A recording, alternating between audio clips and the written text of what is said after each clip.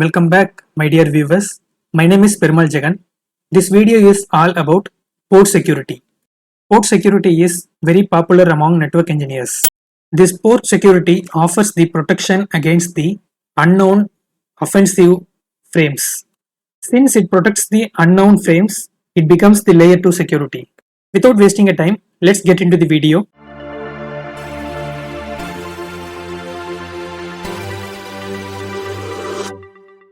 This is the network we are going to lab the port security. It is a well working network. I have two access switch and I am connecting the access switch with one multi-layer switch, and I have the PC LAN and the server LAN in another network. I am using the trunk link to connect the switches, and I configured two VLANs, one for PC and one for the server. Just a small check. Let's verify.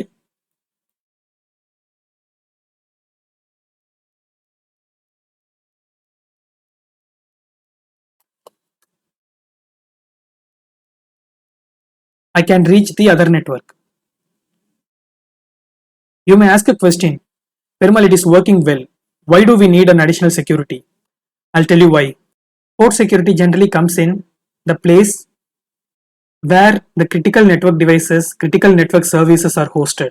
And if it is prone to threat, then obviously network engineers can enable the port security.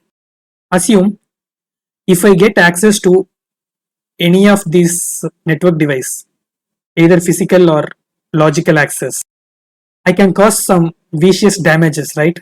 This is where the port security feature will become more useful.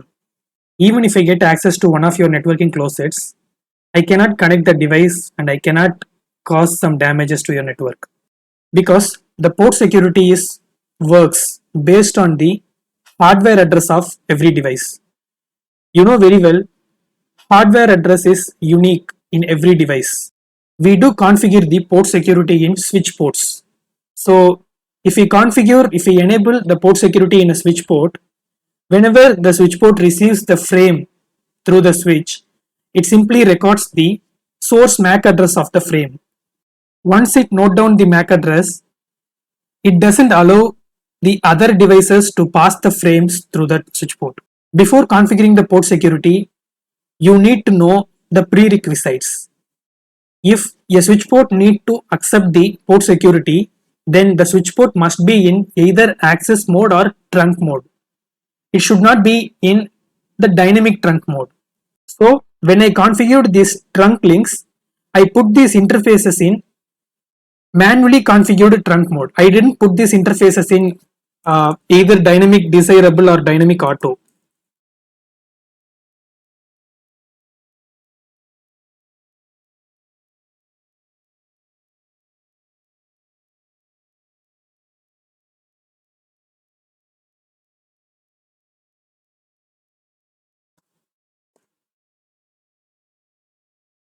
The switch ports are in static trunk mode.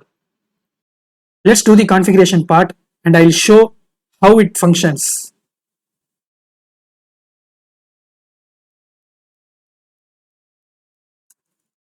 I am in the access switch of server network. I already defined the MAC address here and the IP address of the server. It is connected to gig 1/1.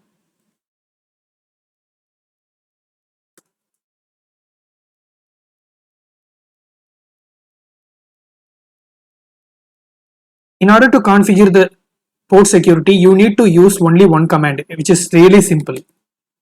Switch port security. That is all you need to do. Now I successfully configured the port security in this interface. Okay, fine. I configured the switch port security in gig 1/1 interface. As long as I receive the frames from this MAC address, the switch port doesn't cause any issue. But when we pass the traffic from different hardware address through the switch port, it's gonna interrupt the frame. Let me show you how it is gonna happen. To verify the port security, there is a command show port security and the interface name gig1/1. It shows the detailed information of port security configuration. I enable the port security configuration and the status is secure up. So this interface is securely up now.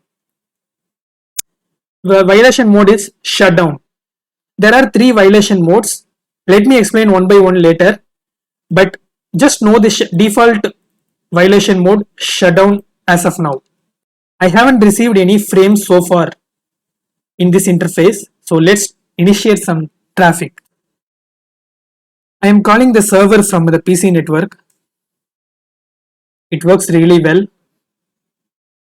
Okay. I'm verifying the same. Now I received the MAC address in this switch port, the MAC address of the server, and it is in VLAN 3.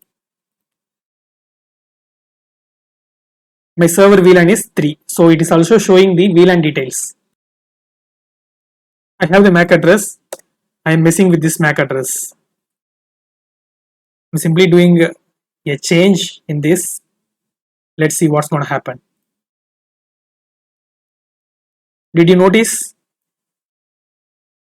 the switch port becomes down? We also received the log message. It becomes down.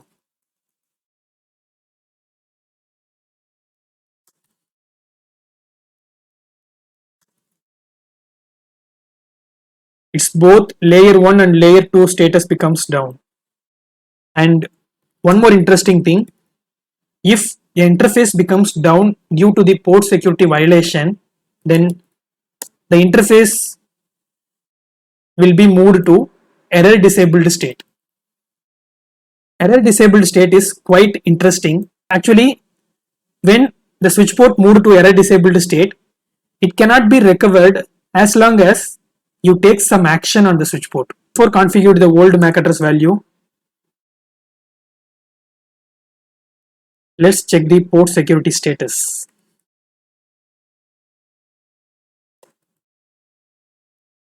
You can see the port status now. It is in secure shutdown. Also, you can see the security violation counter. It got increased to 1 because, as I said before, the interface is moved to error disabled state. This counter notices the number of times the switch port moves to the error disabled state. So it moved to error disabled states once. So it noted in this counter, and it happened because of this MAC address. Previously I changed the MAC address to another value. Now I am again putting the same value. I am changing back the MAC address to the previous one. Now you may expect the switch port will get back to the normal state, but it does not.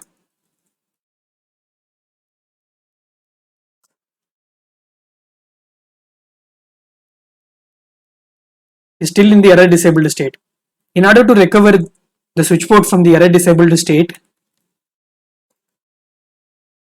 you have to shut and unshut the interface manually. That is what the action you are going to take.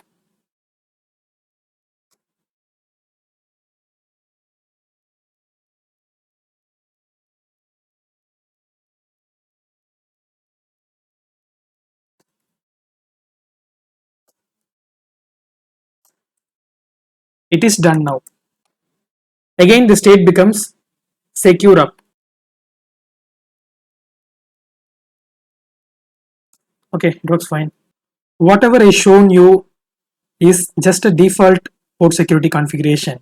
So every time if you want to recover a switch port from the error recovery, then no way, you have to shut and unshut the port. But Cisco offers a solution, a command. You can use it to enable the auto recovery from the error disabled state if a switch moved to error disabled because of the port security violation. This is the command error disabled recovery cause psecure -violation. I cannot apply all the commands in my packet traces lab. There are some limitations. So you may try this command in the real Cisco switch. And we can also define the time interval before the switch port recover from the error disabled state. The features are really cool. And not only this, we do have some additional commands which is optional, but the commands are really cool. Let me show what are all the additional commands that we can apply. Get into the interface configuration mode. Let's mess with these two interfaces. 2/1 switch port security, give the question mark, it will give you the list of options. Let's do with this MAC address. If I choose this option, I'll get two more options, like I can define the MAC address manually or I can define the sticky option. Let's do this manual configuration. This is the MAC address of the server. So I am configuring the MAC address manually in the switch port security. It shows port security not enabled on the 2/1. We cannot directly apply this command. Before applying this custom optional command, enable switch port security. This is the mandatory command. Now this command got accepted. I configured the MAC address manually. We can use these options whenever we have a highly secured device and with well-known MAC address. If we go and mess with this MAC address, and the same thing is gonna happen because the port security violation mode is still shut down. It's a default mode. Let me do with the sticky.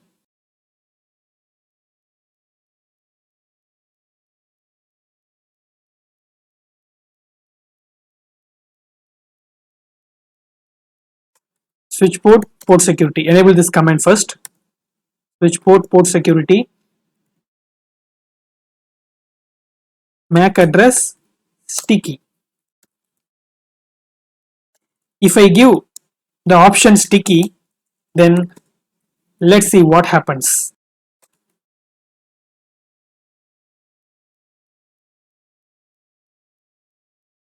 It becomes secure up. Still the MAC address not learned because there is no frame passage. Let's initiate some traffic.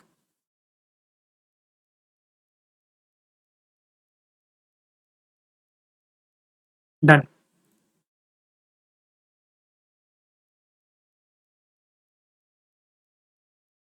When you give sticky, the switch port accepts the MAC address of the first frame.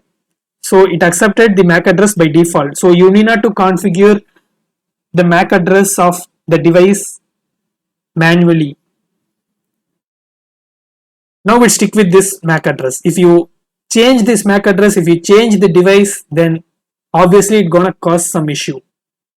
So when you enable this awesome port security feature, even if hackers connects to a device and changes his MAC address to cause some malicious things, then they're not gonna be succeed. Let me show you the optional features of port security. I'm going to enable this feature in the trunk interface. I'll tell you the reason. In multi-layer switch,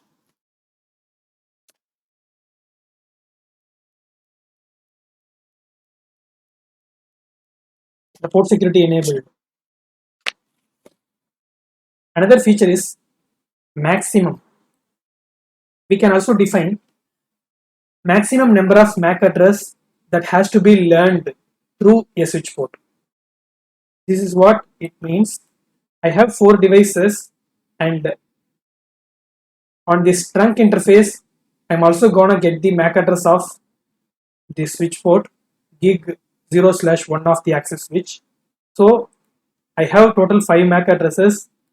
Let me configure the maximum number of MAC addresses as 4 MAC addresses. And I'll show you what happens if I do that. I configured maximum of 4 MAC.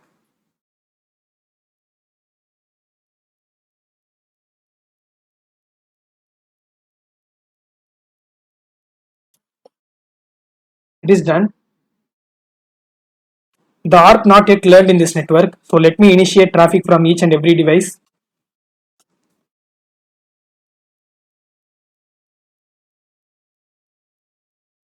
Okay. This one I already did. Fine.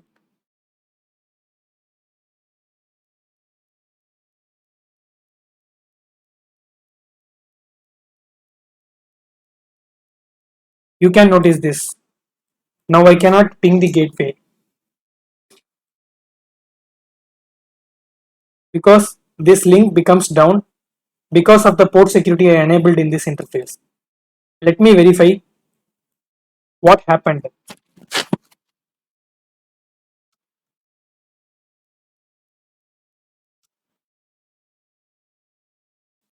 It becomes secure shutdown. There is a port security violation. Hence this port becomes down. This is how you need to enable the port security in the layer 2 switch ports. Make sure you are configuring the maximum number of MAC addresses according to your network devices count. Once you define the maximum number of MAC addresses, you can also define what are all those MAC addresses by using the command switchport port security MAC address. And one more part, the last and final part, violation modes. Let's do it in this switch. I told the default violation mode is shutdown. When it is in shutdown mode, then it brings the switch port to the error disabled state. There are two more modes called protect and restricted. Both these modes not going to put your switch port in the error disabled state. Your switch port will be still functioning, but it will only respond to the legitimate MAC addresses. I'll show you the access switch 2.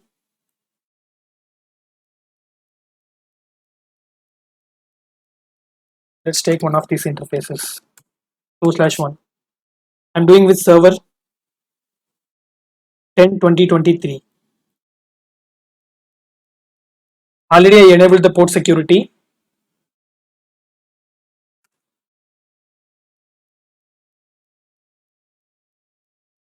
We are going to define the violation mode. Default is shutdown, so let me do this protect mode. Now it is in protect. So if I mess with this MAC address, if I change the device, then my interface should not go to the error disabled state. Let's validate.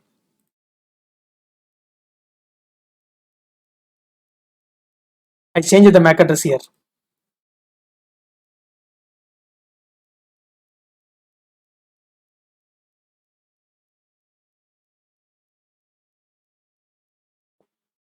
All the interfaces are still up and the interface not moved to error disabled state. But note down, though the interface is in up state, it will not process any frames through this switch port because it is in port security violation. Let me verify this.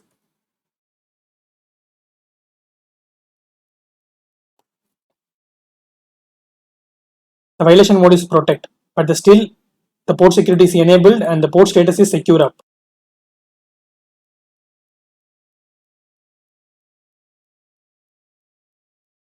Though the interface is up, I cannot reach the device. I cannot reach the endpoint.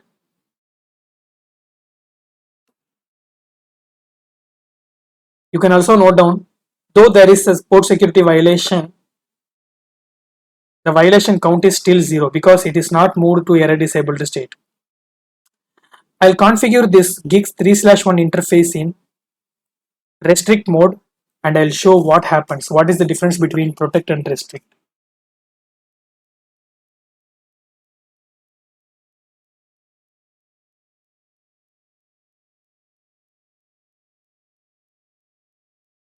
Already port security enabled in this switch port.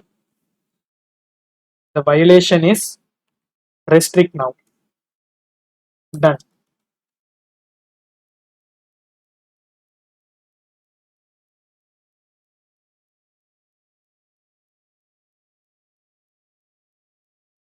If I change the MAC address, I'm not changing the device, just changing the MAC address, messing the MAC address.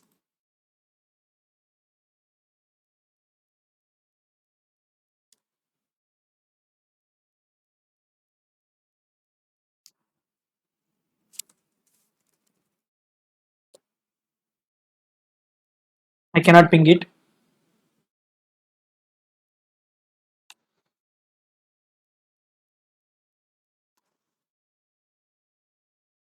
Now you may notice the security violation count becomes 1. Secure up. Though the port status is up, I received the violation count because it happens due to the syslog messages. I can see the port security violation count becomes 2 because I changed the MAC address. Earlier it was 03 and I changed it to 05 and it becomes 2. The security violation count got increased. Whenever the MAC is changing, the security violation count is getting increased, which means whenever the changes the new device, then the security violation count gets increased. Meanwhile, the port status is still up. It is not becoming down. It is not allowing the frames that belongs to new device, but it simply increase the violation count based on the new device addition. One final thing I need to say, the tricky part is the protect and restrict mode. Because in protect and restrict mode, you will see the interface state as up, but still the interface not process the frame. So you'll get confusion where the issue is. So at that time, whenever you are troubleshooting in layer 2, always consider the port security. And yes, that's all I've got. I hope you enjoyed this video. If you did, hit the like button, subscribe my channel and hit the bell icon. Do follow all those YouTube protocols. I'll see you with another exciting video. Until then, I'm signing off. Thanks for watching. Bye.